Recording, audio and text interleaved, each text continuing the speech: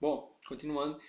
E com isso, com esse crescimento populacional esse significativo com o mercado consumidor interno, o Brasil ele passa a olhar mais para si. Né? Em vez de toda a produção ser destinada para fora, agora uma parte da produção também tem que ser destinada para dentro, para manter essas pessoas. Né? E com isso vamos ter desenvolvimento de atividades econômicas secundárias, como carpinteiros, padeiros, todo tipo de atividade secundária de comércio, de serviços, a gente vai ter um desenvolvimento muito grande. Por quê? Porque agora existem cidades, vilas, que vão precisar desses profissionais, que até então a gente não tinha, não precisava, certo? Então, o surgimento dos núcleos urbanos vão possibilitar tudo isso. Eu botei aqui também uma imagem dessa igreja com, com algumas esculturas de Aleijadinho para você perceber que é o seguinte, a economia ela começa a ser tão voltada para o mercado interno e também para o Brasil em si, que as pessoas começam realmente a se preocupar em fazer igrejas mais bonitas, em ter cidades mais bonitas, porque agora realmente existe uma condição de fazer isso. A gente começa a ter realmente umas cidades brasileiras, entendeu? Não é mais só uma colônia de exploração e pronto. Ainda é uma colônia de exploração, claro, mas com alguns privilégios, por assim dizer. Então aqui para você ver que a sociedade também vai mudar. Bora recapitular aqui. Quando a gente estava na parte do pau-brasil, era basicamente os europeus que vinham explorar e os índios. Né? Quando a gente chega na sociedade açucareira, a gente vai ter a elite, a gente vai ter os homens livres e a gente vai ter os escravos. Aqui a gente continua tendo uma elite, só que agora a gente vai ter um grupo médio bem maior, que seriam os homens livres, né? E o grupo com pouco poder, que seriam os escravos. Então vamos lá. A elite agora passa a ser os mineradores, os fazendeiros ainda, claro, continua sendo uma elite, os comerciantes e altos funcionários. Né? O grupo médio são esses trabalhadores, como eu disse a vocês, vendedores, artesãos, tropeiros, agricultores de subsistência, faiscadores, religiosos que não ocupavam altos cargos. Então são as pessoas que são livres, que não são escravos e que fazem algum tipo de profissão. E os homens livres pobres também, que são os escravos que foram libertos. E os escravos, né?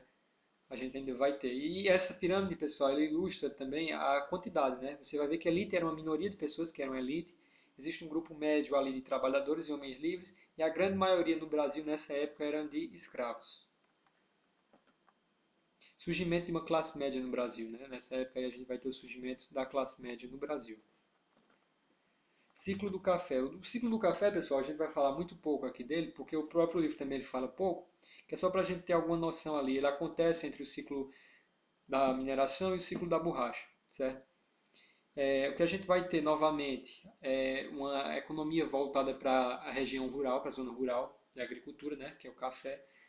Só que não significa que as pessoas vão sair dos centros urbanos para ir para o café, né? O café vai continuar sendo por um bom tempo cultivado pelos, desculpa, pelos escravos, até que também posteriormente, com o fim da escravidão, fim entre aspas, a gente sabe que não acabou totalmente a escravidão no Brasil, mesmo com a Lei Áurea, e com a vinda dos imigrantes também. É nessa época que, hoje em dia, por exemplo, você conhece pessoas brasileiras que são descendentes de imigrantes italianos, japoneses, alemães. Então, esses imigrantes eles vão vir muito nessa época também, do ciclo do café.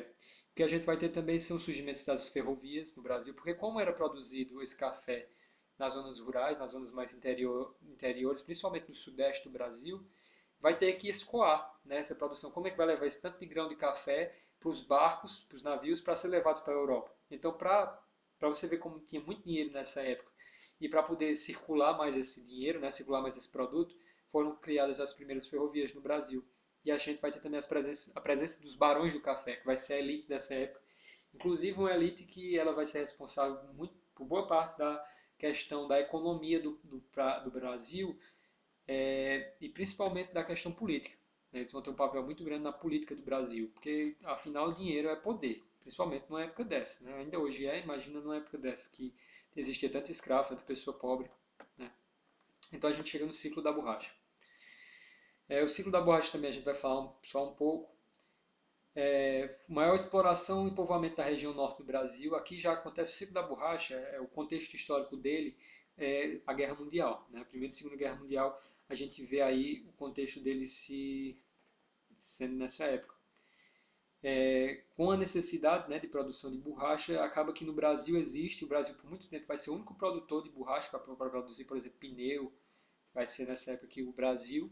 Então a gente vai ter uma migração muito grande, principalmente de nordestinos para a região norte, para poder trabalhar nessa exploração.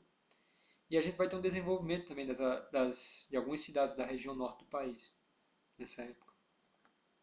Bom, pessoal, então vou voltar aqui para o começo, porque o que eu quero que vocês percebam é isso. Aqui, nessa parte aqui da geografia, o que a gente está estudando, não é tão importante assim que você. Não é que não seja importante, me desculpe.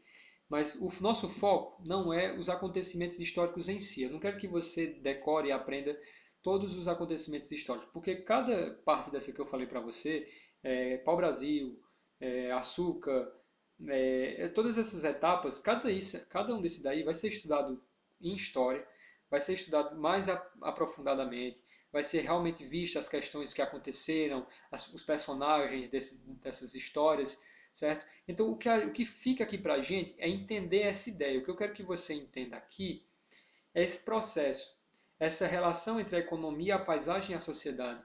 O mundo está como está hoje, não foi da noite para o dia. Teve que acontecer acontecimentos, teve que acontecer diversas situações para chegarem até os dias de hoje, para chegarem nas consequências dos dias de hoje. Então, pessoal, a sociedade ela se diz muito pela época em que ela vive.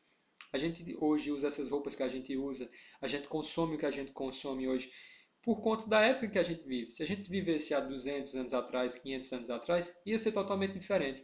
Então, o que eu quero que vocês percebam hoje na geografia é isso. Como se deu essa formação do espaço geográfico brasileiro, certo? A gente viu que começa pelo litoral, a gente viu como se organizou essa sociedade, e aí que vai indo para o interior, essa sociedade vai passando a ser diferente, e que existem relações, pessoal, diretas entre a economia e essa sociedade. Veja, novamente aqui, a diferença que você tem, por exemplo, para e percebe a diferença de um Brasil, na época do pau-brasil, que mal tinha cidade, só tinha mesmo as pessoas que vinham aqui para explorar os índios, e basicamente isso. E aí a gente chega numa sociedade mineradora e olha a diferença, né? Então olha como o Brasil da época da mineração é tão diferente do Brasil da época do pau-brasil. E por que isso? Por conta de tudo isso que aconteceu. Todas essas questões levaram a chegar até aqui. Nada simplesmente chega aqui. A gente vê que, por exemplo, a sociedade aqui era rural, a maioria das pessoas na sociedade açucareira. As pessoas viviam no campo. Já aqui na sociedade mineradora, as pessoas vão passar a viver mais nas cidades. Hoje em dia, a maior parte das pessoas vivem nas cidades. Então veja que começou nessa época aqui, essa transformação rural para a cidade. Né? Já começa nessa época aqui, certo? Até no processo aqui de migrações, por exemplo, a gente vai falar mais na frente, veja também que tem aqui já um processo de migração. Outra coisa, esses imigrantes.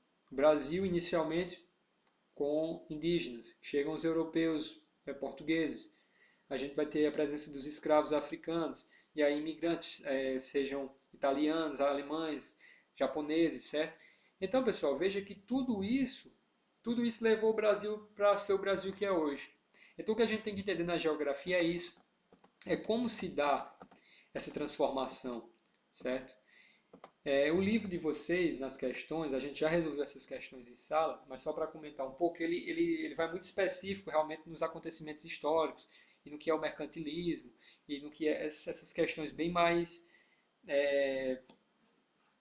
de conceitos em si.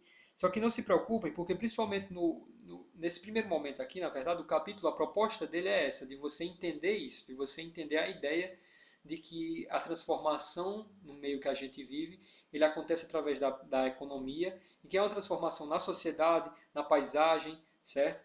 E assim, essa questão do capitalismo, mercantilismo, isso vai ser mais estudado mais aprofundadamente no oitavo ano, certo? No oitavo ano, quando a gente for estudar as fases do capitalismo, a gente vê inicialmente o mercantilismo, certo? Então, eu espero que a aula tenha ficado boa, espero que vocês tenham entendido. Né? É mais uma revisão, na verdade, sobre esse capítulo que já foi dado. E na próxima aula, aí sim, a gente vai dar início ao capítulo 3, um capítulo novo. Né? E no mais, espero que estejam todos bem, que suas famílias estejam bem. E obrigado por ter assistido aí até o final. Valeu, galera.